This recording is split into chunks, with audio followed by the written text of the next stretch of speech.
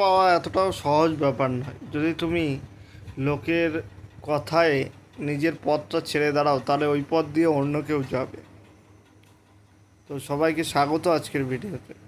আজকের ভিডিওতে আমি বলবো তোমাদের কেন আমরা সফলতা পাই না, বা সফলতা পেতে পেতে পেতে পেতে মানে পাওয়ার আগ মুহূর্তে আমরা সেই জায়গা থেকে বেরিয়ে আসি। প্রথম কথা হচ্ছে, সফলতা পেতে গেলে দৃঢ় প্রতিজ্ঞ থাকতে হয়। ওই যে জিনিসটাতে তুমি সফলতা পেতে চাইছো, যে জায়গায় তুমি পৌঁছতে চাইছো, তার প্রতি একটা পরিষ্কার ফোকাস থাকতে হয় যে আমি ওই জায়গাতেই পৌঁছবো, আমি আর অন্য কোনো দিকে তাকাবো না। সাপোজ তুমি ধর বাইক নিয়ে হাইওয়ের উপর দিয়ে যাচ্ছ, তুমি যদি সামনের দিকে না তাকিয়ে বারবার পেছনের দিকে তাকাও, তাহলে তোমার অ্যাক্সিডেন্ট হবেই।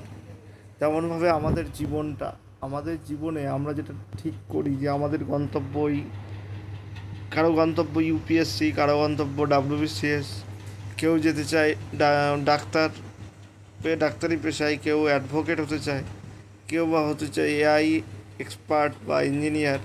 কিন্তু তাদের প্রত্যেকের যেমন গন্তব্য আলাদা আলাদা, পৌঁছানোর পথটাও আলাদা আলাদা। এবং যতক্ষণ সময় আছে এবং যতক্ষণ তোমার মনের ইচ্ছাকে জাগিয়ে রাখো, যতক্ষণ পর্যন্ত তুমি ওই গন্তব্যে পৌঁছতে না পারছো, যতক্ষণ পর্যন্ত তুমি পিছিয়ে পড়ছো, ততক্ষণ পর্যন্ত তোমাকে চেষ্টা করে যেতে হবে। যতক্ষণ পর্যন্ত তোমাকে সময় আছে, ওই নির্দিষ্ট গন্তব্যের প্রতি চেষ্টা করতে হবে।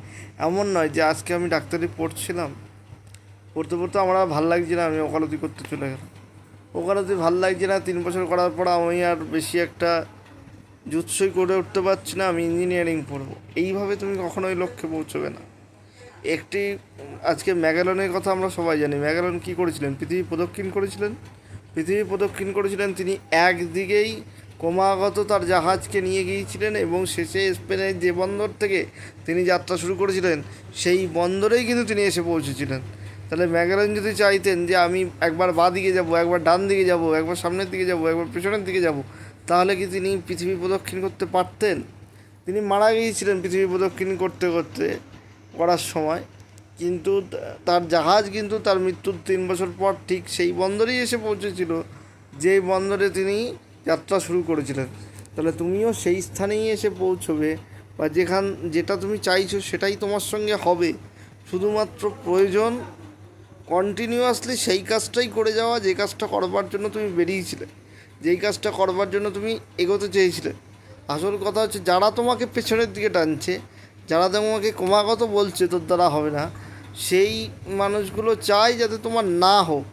কারণ তোমার যদি হয়ে যায়, বা তুমি যদি সফল হয়ে যাও, তাহলে সে আর কোনো দিন তোমাকে কথাই শোনাতে পারবে না, তার অন্তরের শান্তি হবে না। এবং সেই অন্তরের শান্তি পাওয়ার জন্য তারা বারবার চাইছে তুমি অসফল হও। এই জন্য তোমার মাইন্ডটাকে তারা একদিকে ফোকাস রাখতে দিচ্ছে না, বিভিন্ন দিকে ঘুরিয়ে দিচ্ছে, বিভিন্ন দিকে ডাইভার্ট করে দিচ্ছে, যাতে মাইন্ডটা ডাইভার্ট হয়ে যায় এবং তুমি নিজের লক্ষ্য থেকে বিচ্যুত হও। নিজের লক্ষ্য থেকে কখনো বিচ্যুত হওয়া যাবে না। দশরথ মাঝি যদি নিজের লক্ষ্য থেকে বিচ্যুত হতো, তাহলে পাহাড় কেটে রাস্তা বানাতে পারতো না, ইতিহাসের পাতায় তার নাম উঠতো না।